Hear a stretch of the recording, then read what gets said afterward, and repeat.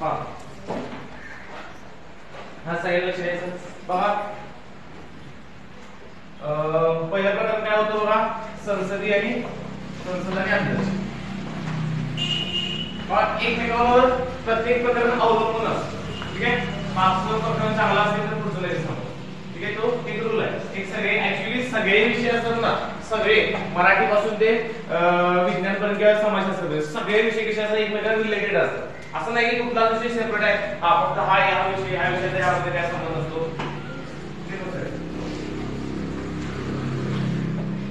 सगळे विषय आहेत तुमच्या शाळेमध्ये ते सगळे एकमेकांवर अवलंबून असतात.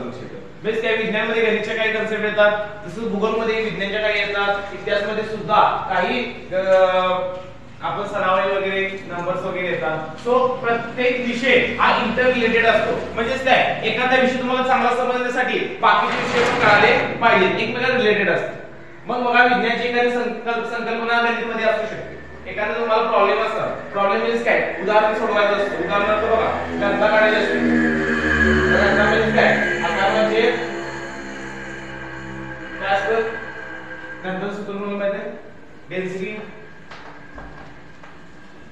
Mass upon value. म्हणजे काय, वस्तुमानचे आकारमान. मग याचा जर भागाकार घेतला तर आपण काय करू शकतो, गणिता काढू शकतो. आता हे फॉर्म्युला कशामधला आहे, गणित मधला आहे. सो सगळे विषय तुमच्या शाळेमधले आहेत ते इंटर रिलेटेड असतात, एकमेकांवर अवलंबून असतात. पण करा. मग बघा तुम्हाला सांगितले संसद म्हणजे काय आणि अध्यक्ष म्हणजे. आता अध्यक्ष पद्धत कुठे आहे, अमेरिकेमध्ये. अमेरिकेमध्ये कसं आहे बघा, जरा लक्ष द्या पुढे बघा. अमेरिकेमध्ये काय होतं, डायरेक्ट जनता, ती लोक सगळे शिकलेले आहेत, ते डायरेक्ट काय करतात, राष्ट्राध्यक्षाची निवड करतात, डायरेक्ट निवड करतात.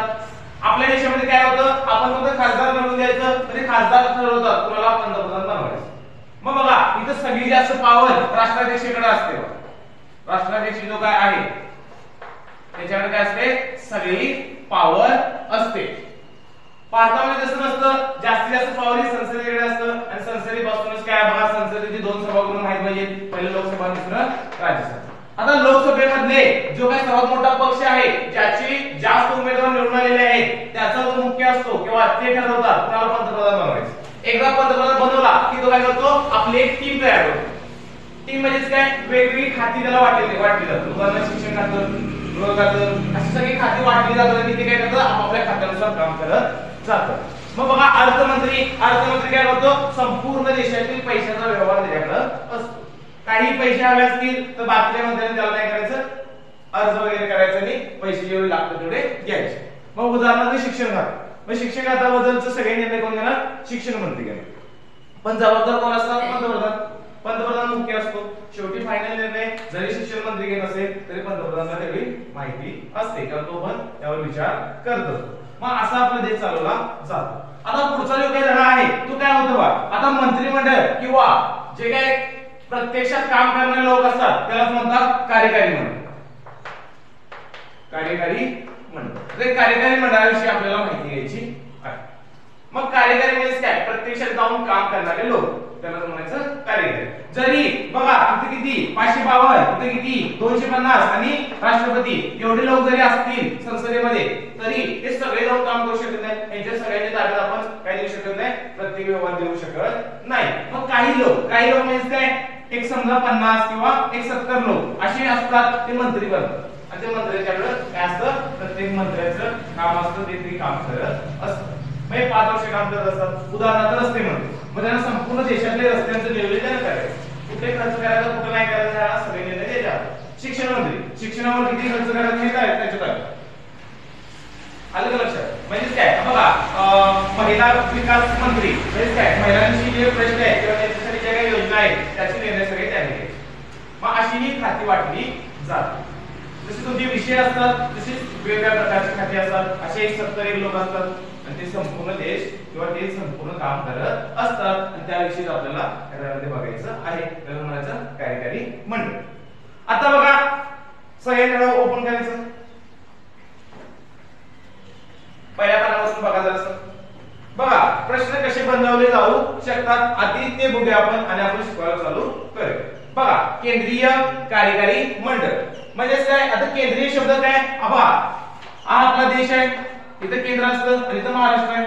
महाराष्ट्र शासन वेगळं, केंद्र शासन वेगळं. केंद्रामध्ये जे कार्यकारी मंडळ असतं ते संपूर्ण देशाचा विचार करणार आणि राज्यामधलं कार्यकारी मंडळ फक्त राज्याचा विचार करणार. मग केंद्रीय म्हणजेच काय, केंद्रामधलं, आणि राज्य म्हणजेच काय, राज्यामधलं. मग प्रत्येक राज्यातलं वेगवेगळं असतं. ठीक आहे. आता बघा, पहिला पॉइंट आहे संघ शासनाची रचना. आपलं संघ शासन म्हणजे काय, संघ आहे, राज्याचा संघ, त्याला म्हणायचं संघ शासन. आता यामध्ये बघा, संघ शासनामध्ये कोण कोण येतं? राष्ट्रपती, कायदे मंडळ, कार्यकारी मंडळ. आता कार्यकारी मंडळामध्ये काय काय असतं बघा, प्रधानमंत्री आणि मंत्रिमंडळ, आणि कायदे मंडळात काय असतं, लोकसभा आणि राज्यसभा. त्यानंतर बघा, आपण फक्त आधी टायटल बघत जाऊया, म्हणजे काय धडा समजायला खूप मदत होते. बघा, त्यानंतर आहे राष्ट्रपती. आता राष्ट्रपतींची निवडणूक कशी होते, राष्ट्रपती कशी निवडले जातात, आता आपल्या देशाचे राष्ट्रपती कोण आहेत, असे प्रश्न तुम्हाला पडले. ठीक आहे. पुढचा प्रश्न बघा, राष्ट्रपतींची निवड. पॉइंट, राष्ट्रपतींची निवड म्हणजे काय, राष्ट्रपती कशी निवडले जातात. आपण डायरेक्ट मतदान करत नाही, तरी सुद्धा राष्ट्रपतींची निवडणूक होते. त्यांना मतदान कोण करतं, कुठले कुठले लोक करतात, खासदार करतात का आमदार करतात, त्याविषयी तुम्हाला माहिती दिलेली आहे. टायटल बघा म्हणजे काय, त्यामध्ये काय काय माहिती आहे ती तुम्हाला लगेच आकलन होईल. पुढचा बघा, राष्ट्रपतींची कार्य व अधिकार. बघा, एपीजे अब्दुल कलाम काय होते, शास्त्रज्ञ होते, पण ते काय झाले होते, राष्ट्रपती बनले होते.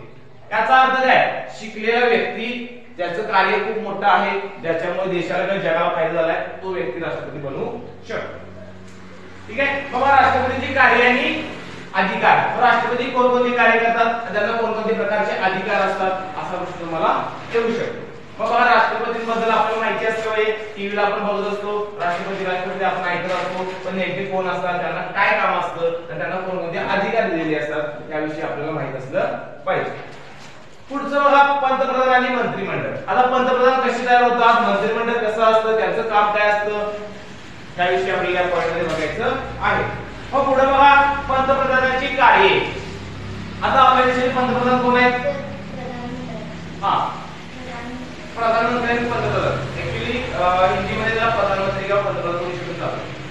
ठीक आहे. त्याला प्राईम मिनिस्टर म्हणतात, आपल्या देशाचे प्राईम मिनिस्टर. आता कोण आहेत? मोदी. ठीक आहे. मग त्याला पंतप्रधान किंवा प्रधानमंत्री पण म्हटलं जातं. प्रधान म्हणजे मुख्य, आपल्या सर्व मंत्र्यांमधला जो मुख्य असतो प्रधानमंत्री. मग बघा, प्रधानमंत्र्यांची कार्य काय असतात, प्रधानमंत्री झाल्यानंतर काय काय काम करावं लागतं, हे तुम्हाला पुढच्या पॉइंटमध्ये दिलेलं आहे. त्यानंतर आहे मंत्रिमंडळाची कार्य. तुम्हाला सांगितलं, आपल्या एखादा पक्ष असेल तर त्यातला प्रमुख असेल किंवा जो मुख्य असेल किंवा लोकांमध्ये जो जास्त त्याचं नाव असेल, तो काय असतो, प्रधानमंत्री बनतो. मग तो काय करतो, आपण मंत्रिमंडळ बनवतो. त्या मंत्रिमंडळाची कार्य मला तुम्हाला सांगितले, शिक्षण मंत्र्याचं कार्य काय असतं, त्यानंतर आरोग्य मंत्र्याचं कार्य काय असतं, आणि अशी ही कार्य तुम्हाला दिलेली आहे. आणि शेवटचा पॉइंट आहे बघा, संसद मंत्रिमंडळावर कसे नियंत्रण ठेवते. म्हणजेच काय, बघा, मंत्रिमंडळ लोकसभेतून किंवा राज्यसभेतून तयार झालं. आता ही संसद असते, यांच्या ताब्यात संपूर्ण भारताचे व्यवहार असतात, हे काही करू शकतात, पण त्यांच्यावर नियंत्रण कोण ठेवतं, संसद. आणि कशी ठेवते याविषयी तुम्हाला त्या पॉइंटमध्ये माहिती दिली आहे. सो हा झाला सार. हा सार जर तुमच्या लक्षाला किंवा असे प्रश्न तुमच्या जर डोक्यात तयार झाले तर ते खरे ऑटोमॅटिक तुम्हाला लगेच समजत जातं. चला, पहिल्यापासून सुरुवात करूया. हा, आता पेन्सिल घ्यायची, महत्वाचं आहे, त्याला मी सांगतच जाईन का, त्याला तुम्हाला ज्यावेळी परत अभ्यास करशील त्यावेळी तो फायदा होतो. हा बघा, मागील पाठात आपण केंद्रीय पातळीवरील कायदेमंडळाचा म्हणजे संसदेची रचना आणि कार्यपद्धती समजून घेतली. या पाठात आपण केंद्रीय कार्यकारी मंडळाचा अभ्यास करणार आहोत.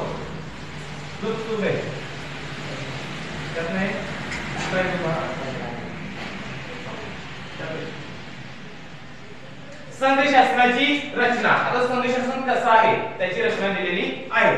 संघ शासन म्हणजेच केंद्र शासन. आता संघ म्हणजे टीम, म्हणजे काय, काही राज्य एकत्र येऊन आपला देश तयार झालेला आहे, म्हणून आपल्या देशाला काय म्हटलं जातं, संघ शासन म्हटलं जातं. आता संघ शासन म्हणजे केंद्र शासन. संघ शासनाचे खालील घटक आहेत, त्याचा तर काय महत्त्वाचं आहे, आयएनडी म्हणा, सोपा एकदम, काही अवघड नाही. संघ शासन म्हणजे काय, सर्वात प्रमुख कोण असतात, राष्ट्रपती. त्यानंतर कायदे मंडळ आणि कार्यकारी मंडळ. कायदे मंडळामध्ये लोकसभा आणि राज्यसभा आणि कार्यकारी मंडळामध्ये प्रधानमंत्री आणि मंत्रिमंडळ. आता बघा राष्ट्रपती महत्वाचे का प्रधानमंत्री?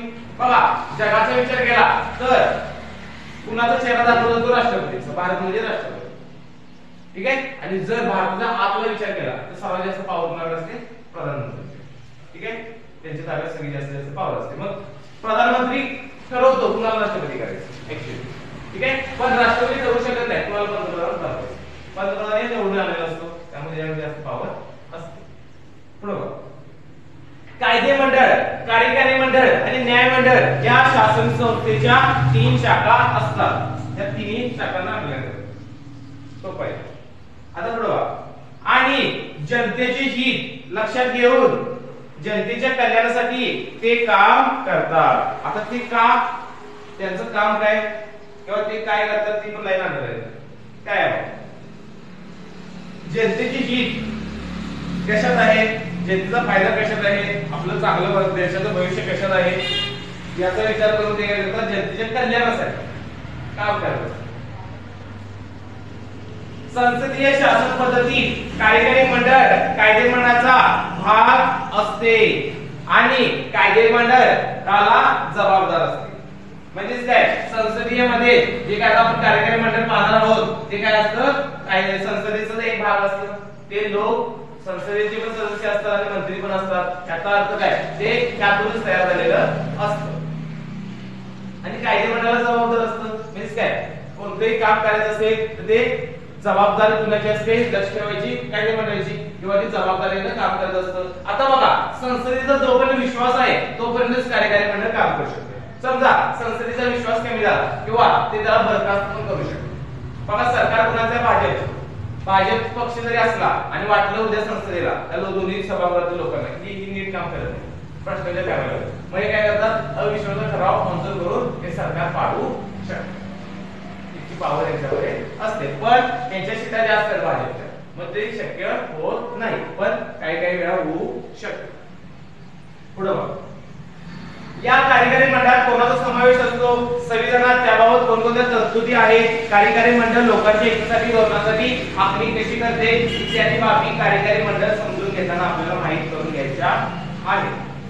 भारताचे केंद्रीय कार्यकारी मंडळात काय काय असतं?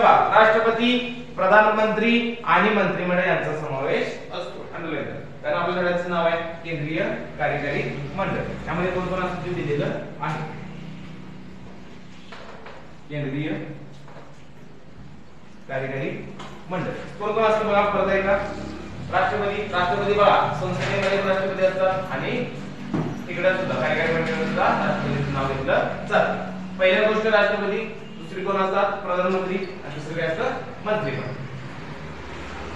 आता बघा राष्ट्रपतींविषयी माहिती दिलेली आहे की राष्ट्रपती नेमके कोण असतात आणि कशी निवडले जातात याची सगळी माहिती दिलेली आहे. बघा राष्ट्रपती भारताच्या संविधानातील तरतुदीनुसार राष्ट्रपती हे सर्वोच्च राष्ट्रप्रमुख असतात. असा प्रश्न येऊ शकतो की सर्वोच्च राष्ट्रप्रमुख कोण? पर्यायामध्ये पंतप्रधान पण असणार किंवा प्रधानमंत्री पण असणार आणि राष्ट्रपती पण असणार. पण सर्वोच्च राष्ट्रप्रमुख कोण असतात? राष्ट्रपती असतात. राष्ट्रपतीचे पद अतिशय सन्मानाचे आणि प्रतिष्ठेचे असून ते प्रजासत्ताकाचे प्रतिनिधित्व करतात. म्हणजे प्रजाची सत्ता याचं प्रतिनिधित्व कोण करतं? राष्ट्रपती करतात. प्रतिनिधित्व म्हणजे तुम्हाला मी सांगितलं होतं तुमच्या वर्गाचा सेक्रेटरी हे तुमच्या वर्गाचं प्रतिनिधित्व करतो. तुमच्या शाळेचे मुख्याध्यापक तुमच्या शाळेचं प्रतिनिधित्व करतात. गावचे सरपंच गावाचं प्रतिनिधित्व करतात. तसंच देशाचं प्रतिनिधित्व कोण करतं? राष्ट्रपती किंवा प्रजासत्ताक. प्रजाची सत्ता आहे म्हणजे काय? प्रजेचा प्रमुख म्हणून राष्ट्रपती काम करत असतो. संविधानाने देशाची संपूर्ण कार्यकारी सत्ता राष्ट्रपतींना दिलेली आहे. देशाचा राज्यकारभार राष्ट्रपतींच्या नावाने चालतो. म्हणजे काही घटनांची भारतात तर त्याला कोण असतं? जबाबदार राष्ट्रपती. देशाचा राज्यकारभार राष्ट्रपतींच्या नावाने चालतो. असे असले तरी प्रत्यक्ष व्यवहार प्रधानमंत्री आणि मंत्रिमंडळ राज्यकारभार करते. प्रत्यक्ष व्यवहारात कोण काम करत असतं? प्रधानमंत्री आणि मंत्रिमंडळ. पण जगासाठी कोण असतं प्रमुख? राष्ट्रपती. ठीक आहे, हे समजून घ्यायचं. म्हणूनच राष्ट्रपती हे नामधारी संविधानात्मक प्रमुख आहेत तर प्रधानमंत्री हे कार्यकारी प्रमुख आहेत. अंडरलाईन करा दोन ओळी. राष्ट्रपती काय फक्त नावाला प्रमुख आहे पण खरं प्रमुख कोण आहे? प्रधानमंत्री. किंवा कामामध्ये कार्य करण्यामध्ये प्रमुख कोण आहे? प्रधानमंत्री. आता बघा राष्ट्रपतीची निवड कशी केली जाते. आता असा प्रश्न येतो की राष्ट्रपतीची निवड कशी केली जाते. ठीक आहे. मग तुम्हाला चार पर्याय येणार आहेत. एनएमएसला जर आला तर चार पर्यायामध्ये वाचायचं. आता त्यामध्ये काही काही घटक कमी असणार आहेत. ते घटक काही काही दिलेलं आहे. बघा राष्ट्रपतींची निवड भारतीय जनतेकडून अप्रत्यक्षरित्या होते. आता प्रत्यक्ष म्हणजे काय? डायरेक्ट मतदान करायचं. अप्रत्यक्ष म्हणजे काय? आपण ज्यांना निवडून दिले ते निवडतात त्याला अप्रत्यक्ष म्हणतात. ठीक आहे. पुढे बघा भारतातील सर्वसामान्य मतदार राष्ट्रपतींना थेटपणे निवडून देत नाही तर त्यांनी निवडलेल्या संसद सदस्याकडून आणि विधानसभा सदस्यांकडून राष्ट्रपती निवडले जातात. आता संसद सदस्य म्हणजे लोकसभा आणि राज्यसभा आणि विधानसभा म्हणजे काय? प्रत्येक राज्यामध्ये आपण ज्यांना आमदार म्हणतो आमदार आणि खासदार हे काय करतात? राष्ट्रपतींच्या निवडणुकीला मतदान करतात. बस एवढं लक्षात ठेवा. आमदार म्हणजे काय? विधानसभेकडे आणि खासदार म्हणजे काय? लोकसभेकडे किंवा राज्यसभेकडे. विधान परिषद पण असते. जशी विधान राज्यसभा असते तशी विधान परिषद पण महाराष्ट्रामध्ये असते. आमदार आणि खासदार मतदान करताना कोणाला निवडतात? राष्ट्रपतींना निवडतात. पुढे त्यानंतर काय दिलेलं बघा संसद सदस्य आणि विधानसभा सदस्य या गटाला निर्वाचन मंडळ असे म्हणतात. मग निर्वाचन मंडळ म्हणजे काय? हा साधा सोपा प्रश्न तुम्हाला येऊ शकतो. कोण असतं? संसद सदस्य आणि विधानसभाच्या सदस्यांना काय म्हणायचं? निर्वाचन मंडळ. मग असा प्रश्न येतो की निर्वाचन मंडळ काय करतं? राष्ट्रपतींची निवड करतं. आता निर्वाचन मंडळ म्हणजे काय? संसदमध्ये सदस्य आणि विधानसभेमध्ये सदस्यांना निर्वाचन मंडळ म्हटलं जातं.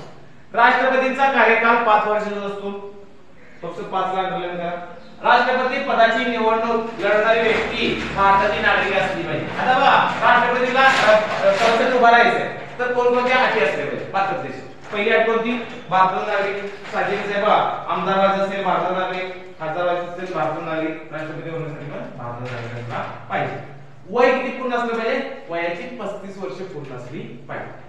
आमदारकीसाठी 25, खासदारकीसाठी आमदारकीसाठी 25, राज्यसभेसाठी काय 30 वर्ष, खासदारकीसाठी सुद्धा 25. थांबा आपण मागच्या वेळेला बघितलं होतं की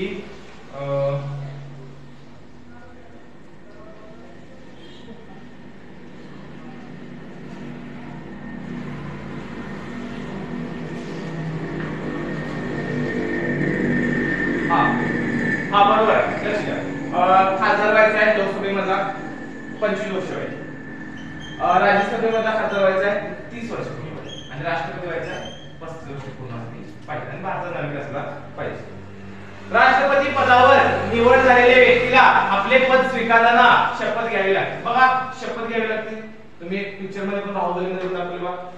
कुठलाही मोठा माणूस असेल नेता असेल तर तो शपथ घेतो. कधी मंत्रिमंडळ झाला मंत्री झाला की त्याला शपथ घ्यायची असते. पंतप्रधान झाला की शपथ घ्यायची असते. संपूर्ण जनतेसमोर की मी कोणत्याही प्रकारचं गैरवर्तन करणार नाही, मी कधी कुणालाही असं समजणार नाही. समजा तुम्हाला जवळचं आहे म्हणून याच्यासाठी वेगळे नियम, तुम्हाला लांबचं आहे असं कधी नाही. सगळ्यांना मी समान न्याय द्या. ठीक आहे. अशी शपथ घेतात बघा. कोण? राष्ट्रपती आणि पंतप्रधान सगळे जे पदावर निवडून जाणार आहे ते लोक.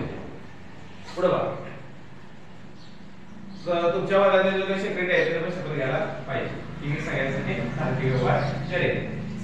आता तुम्हाला त्यांनी बघा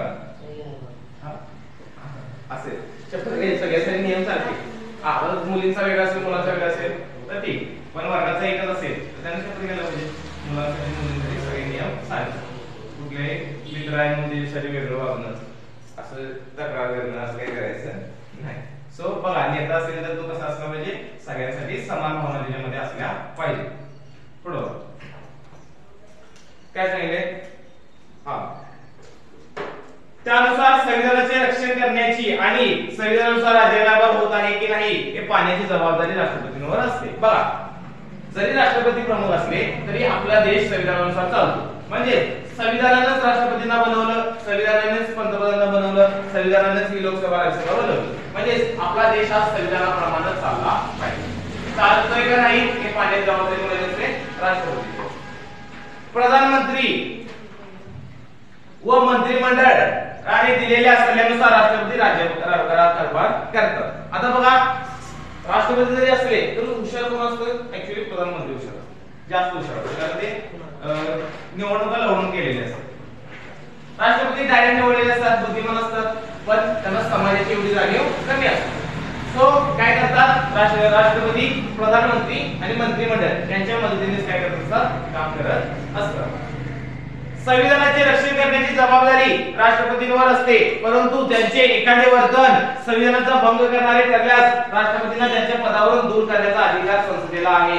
राष्ट्रपतींना निवड कोण करतं? संसद आणि विधानसभा.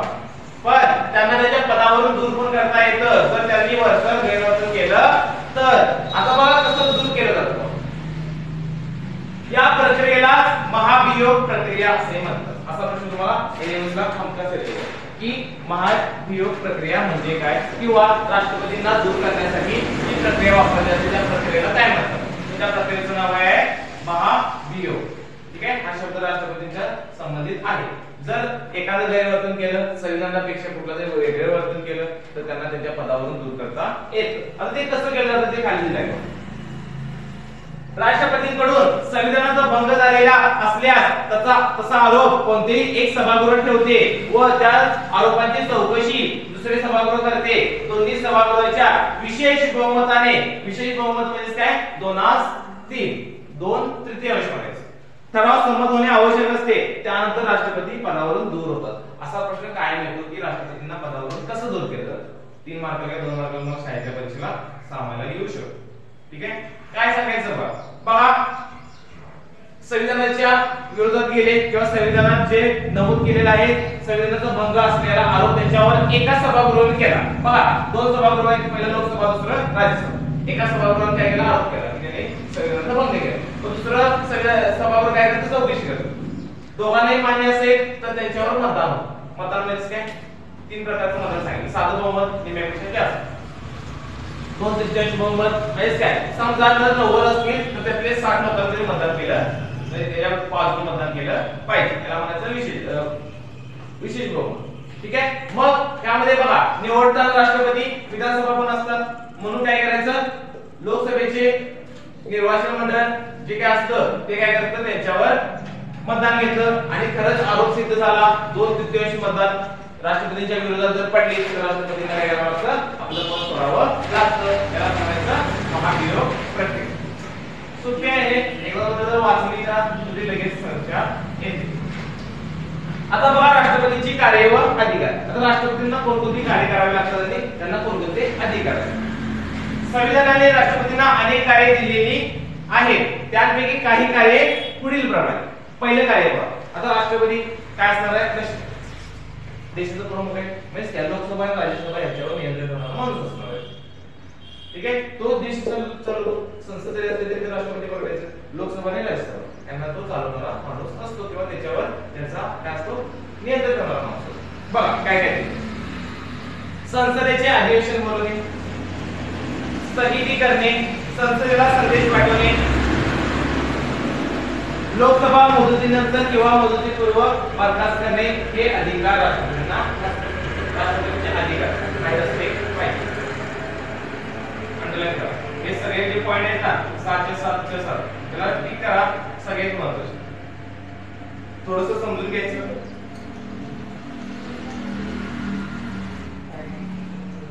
टिक करा फक्त पॉइंट ना टिक करा. अंडरलाईन करा. बघा काय काय असतं परत समजून घ्या. संसदेचे अधिवेशन बोलणे, एखाद्या विषयावर चर्चा करायची तर संसदेचे काय बोलायचं? अधिवेशन बोलायचं. स्थगिती करणे, अधिवेशन बोलवलं ते स्थगित करणं, थांबवणं. त्यानंतर संसदेला संदेश पाठवायचा, म्हणजे काय असं अधिवेशन बोलवणार आहे किंवा असं कायदा बनवायचा आहे, सगळ्यांनी एकत्र या. त्याचबरोबर लोकसभा मुदतीपूर्व किंवा मुदतीनंतर किंवा मुदतीपूर्व बरखास्त करणे. लोकसभा किती वर्षांनी बरखास्त होते? 5 वर्षे. मग कधी कधी काय होतं? सरकार जर लवकर पडलं तर ते 5 वर्षाच्या अगोदर सुद्धा बरखास्त होऊ शकतं. हे अधिकार कोणाला असतात? राष्ट्रपती. लोकसभा व राज्यसभा यांनी संमत केलेल्या विधेयकावर राष्ट्रपतीची स्वाक्षरी आवश्यक असते. त्यांच्या स्वाक्षरीशिवाय विधेयकाचे कायद्यात रूपांतर होत नाही. तुम्ही मागच्या वर्गामध्ये बघितलं होतं. हे कायदा बनवायचा आहे, संमत झालेले विधेयक असतं त्यांच्यावर राष्ट्रपती सही लागते. पुढचं वाक्य, प्रधानमंत्र्यांची नेमणूक राष्ट्रपती करतात व त्यांनी सुचवलेल्या व्यक्तीची मंत्रिपदावर नेमणूक राष्ट्रपती करतात. म्हणजेच काय, प्रधानमंत्री आणि त्यांचं मंत्रिमंडळाची नेमणूक करण्याची जबाबदारी कोणाची असते, राष्ट्रपतींची असते.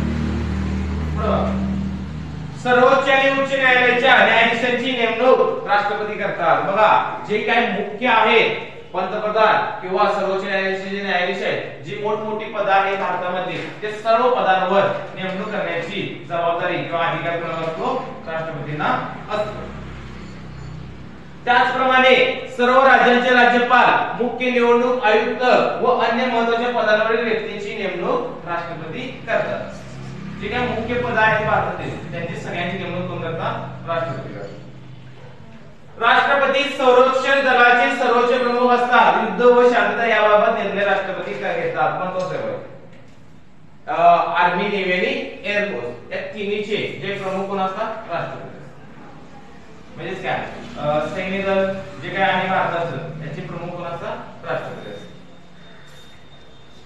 मग युद्ध करायचं का शांतता राखायची याची निर्णय राष्ट्रपतींची ठरवलं. युद्ध करायचं तर सगळ्यांनी काय करायचं, युद्ध करायचं. पुढे राष्ट्रपतींना काही न्यायालयीन अधिकारही आहेत. एखाद्या व्यक्तीची शिक्षा कमी करणे, शिक्षेची तीव्रता कमी करणे किंवा अपवादात्मक परिस्थितीत मानवतावादी भूमिकेतून शिक्षा कमी करण्याचा अथवा रद्द करण्याचा अधिकार राष्ट्रपतींना असतो. बघा, एखाद्या व्यक्तीला फाशी झाली, शिक्षा झाली, तर तो काय करतो, दयेचा अर्ज राष्ट्रपतींना करतो. राष्ट्रपतींना दया जर आली तर काय होते, त्याची शिक्षा कमी होते किंवा फाशी शिक्षा रद्द होते. ठीक आहे, म्हणजे काय, मोठमोठ्या शिक्षा असतात त्याच्या विरोधात राष्ट्रपतींना अधिकार देण्यात आलेला आहे. राष्ट्रपतींना जर वाटलं तर त्या व्यक्तीची शिक्षा कमी केली जाऊ शकते. देशाच्या संकटकालीन परिस्थितीत उद्भवल्यास राष्ट्रपतींना आणीबाणी जाहीर करण्याचे अधिकार असतात. आणीबाणी 3 प्रकारच्या दिलेल्या आहेत. आता आणीबाणी खूप महत्त्वाचं आहे. समजा एखाद्या वेळी काय होतं, अचानकच सरकारवर नियंत्रण राहत नाही लोकांचं, किंवा लोकांच्यावर सरकारचं नियंत्रण राहत नाही. सरकार काय होतं, असं भारतावर कुणाचं नियंत्रण नसतं, किंवा एखाद्या समजा महाराष्ट्रावर कुणाचं नियंत्रण नाही, एखाद्या सरकार पडलं, कुठलं सरकार आलं नाही, परत आणि काय झालं, मग काय होतं, संपूर्ण त्या राज्यामध्ये गोंधळ निर्माण होतो किंवा देशामध्ये गोंधळ निर्माण होतो. मग अशा वेळी आणीबाणी जाहीर करतात. आणीबाणी जाहीर म्हणजे काय, आणीबाणीच्या काळात तुम्ही कोणत्याही प्रकारचं भाषण करायचं नाही, कुणी शक्यतो घराच्या बाहेर पण पडायचं नाही. एक प्रकारचं जसं कोरोनाचा काळ होता ना त्या टाइप मध्ये असतं, कुणी कायदा मोडायचा नाही, कुणी कायदा हातात घ्यायचा नाही, त्याला म्हणायचं आणीबाणी. आणीबाणी जर गोष्टी झाली तर तिथल्या जनतेला खूप त्रास होतो, खूप त्रास होतो. घराच्या बाहेर पडायचं नाही, समाज वाढायचं नाही, सगळं बंद. ठीक आहे, अशी परिस्थिती असते, मग खूप वाईट परिस्थिती असते. मग अशा 3 प्रकारच्या आणीबाणी असतात. आणि आणीबाणी घोषित करण्याचा अधिकार कोणाला आहे, राष्ट्रपती. पहिली आणीबाणी बघा, राष्ट्रीय आणीबाणी. राष्ट्रीय आणीबाणी म्हणजे काय, संपूर्ण देशामध्ये. मग अशी घटना घडलेल्या होत्या पूर्वी, ज्यावेळी इंदिरा गांधींचं सरकार होतं त्यावेळी या घटना घडलेल्या होत्या. घटक राज्यातील आणीबाणी किंवा राष्ट्रपती राजवट. एखाद्या राज्यामध्ये फक्त आणीबाणी करायची तर त्याला काय म्हणायचं, घटक राज्य आणीबाणी किंवा नाव आहे राष्ट्रीय राजवट असं पण नाव म्हटलं आहे. आणि तिसरे आर्थिक आणीबाणी. बघा, देशामध्ये जर आर्थिक परिस्थिती खूपच खराब असेल तर आर्थिक आणीबाणी जाहीर केली जाते. मग अशा वेळी काय करतात, सरकार मार्ग काढतं. जे सरकारी नोकर असतात त्यांना काय करतात, थोडंसं पगार वगैरे त्यांचा कट करतं, जास्त पगार आपल्याकडे घेतात, कारण देश चालवायचे शेवटी, देश असेल तर बाकीचे नोकर राहणार. सो आर्थिक आणीबाणी पण जाहीर केली जाते. राष्ट्रपतींच्या अनुपस्थितीत त्यांची कामे उपराष्ट्रपती पार पाडतात. उपराष्ट्रपतींची निवड संसदेच्या दोन्ही सभागृहांच्या सदस्यांकडून होते. मग बघा, राष्ट्रपती अनुपस्थित असतील तर कोण काम करणार, उपराष्ट्रपती. उपराष्ट्रपती कशी निवडले जातात, लोकसभा आणि राज्यसभातले लोक मिळून काय करतात, उपराष्ट्रपतींची पण निवड केली जाते. चालेल, खालचा एक परिस्थिती बघूया, मग आपण कालच्या शंका घेऊया. करून पहा, राष्ट्रपतींना दिल्या जाणाऱ्या शपथेचा मसुदा मिळवा आणि शिक्षकांच्या मदतीने त्यावरचा आशय समजून घ्या. आता राष्ट्रपतीची काही शपथ घेतात, त्याचा मसुदा तुम्हाला ऑनलाईन मिळतो, तुम्ही सर्च जरी केलं सर तर तुम्हाला लगेच भेटेल. पंतप्रधानांनी मंत्रिमंडळ. आता पंतप्रधानांनी मंत्रिमंडळ कसं तयार होतं, निवड केली जाते ते दिलेलं आहे. बघा, राष्ट्रपती संविधानात्मक प्रमुख असतात, त्यांच्या हाती नाममात्र सत्ता असते व प्रत्यक्षात पंतप्रधान किंवा प्रधानमंत्री व त्याचे मंत्रिमंडळ राज्यकारभार चालवते हे आपणास माहिती आहे. संविधानात्मक प्रमुख कोण असतात? राष्ट्रपती. पण प्रत्यक्षात प्रमुख कोण असतात? प्रधानमंत्री आणि त्यांचे मंत्रिमंडळ. प्रधानमंत्री कोणती कार्य आणि भूमिका पार पाडतात हे आपण आता पाहूया. निवडणुकीत बहुमत मिळालेला पक्ष आपल्या नेत्याची प्रधानमंत्री पद निवड करायची हे ठरवतो. म्हणजेच काय, ज्याला सर्वात जास्त बहुमत, आता बहुमत म्हणजेच काय, निम्म्यापेक्षा जास्त सीटा जर निवडून आल्या समजा एखाद्या पक्षाच्या, तर त्याचं सरकार स्थापन होतं. मग ते नेते मिळून ठरवतात की कोणाला प्रधानमंत्री बनवायचं. त्यांच्या पक्षातील प्रधानमंत्र्यांच्या विश्वासू सहकाऱ्यांचा प्रधानमंत्र्यांच्या मंत्रिमंडळात समावेश होतो. मग कुणाला घेतो तो? विश्वासू, अनुभवी, ज्याला जास्त खरंच त्यानं काम केलेले आहे त्या भागामध्ये, ठीक आहे, अशा लोकांची काय केली जाते? मंत्रिमंडळात निवड केली जाते. आणि जर एखादा सदस्य असा असेल खूप अनुभव आहे पण निवडून आला नसेल, तर त्याला 6 महिन्याच्या आत निवडणुका म्हणजे राज्यसभेमध्ये तरी किंवा लोकसभेमध्ये तरी निवडून यावं लागतं, पण तो मंत्री बनवू शकतो. 6 महिन्याची मुदत असते. 6 महिन्यात निवडणुका होऊन लगेच त्याला काय करावं लागतं? मंत्री बनावं, संसदेचा सदस्य बनावं लागतं. एखादा व्यक्ती असा असतो जो खूप अनुभव आहे पण तो निवडून आलेला नसतो किंवा संसदेचा सदस्य नसतो, त्याला जर मंत्री बनवायचं असेल तर त्याला पुढल्या 6 महिन्यात काय व्हावं लागतं? त्याचं सदस्यत्व घ्यावं लागतं. मग इथलं घेऊ शकतो तो लगेच. एखाद्या ठिकाणी समजा निवडणुका नीट झाल्या नसतील तर तिथं पण तो उभारून परत निवडून येऊ शकतो. काय पण करून त्याला सदस्य बनावं लागतं. पुढे प्रधानमंत्री व त्याचे मंत्रिमंडळ खऱ्या अर्थाने राज्यकारभार करत असते. याचाच अर्थ राज्यकारभाराची वास्तव सत्ता प्रधानमंत्री व मंत्रिमंडळाकडे असते. हे वास्तव सत्ता कोणाकडे असते? प्रधानमंत्री किंवा मंत्रिमंडळाकडे असते. मग बघा, ह्या गोष्टी जर तुम्हाला आतापासून जर चांगल्या समजल्या, बघा आपला देश आहे, निवडणुका होत असतात सपोज आली, पण आपल्या सामान्य जनतेला काहीच माहित नसतं. सामान्य जनतेला एवढंच माहिती असतं की मतदान करायचं नाही, चालेल. पण याचा फायदा, याचा तोटा, कुणाला मतदान द्यायचं त्यावर सामान्य जनता अजूनही इतका विचार करत नाही. बघा, एखादा चांगला नेता असेल तर तो काय करू शकतो? देशाचं किंवा राज्याचं भलं करू शकतो. सो मतदान करताना सुद्धा आता भविष्यात काय होणार? सगळे जागरूक होणार आहे. बोलून मग पूर्वीच्या काळी काय व्हायचं? भ्रष्टाचार जास्त व्हायचं. लोक काय करायचे? पैसे वगैरे घेऊन मतदान करायचे. हे चुकीचं आहे. कारण 5 वर्ष त्यांच्या ताब्यात आपण सत्ता देत असतो. 5 वर्षात ते काय करतात? जर त्यांनी पैसे जर लोकांना दिले तर ते कामाच्या काय करतात? ते पैसे वसूल करण्याचा जास्त विचार करतात. सो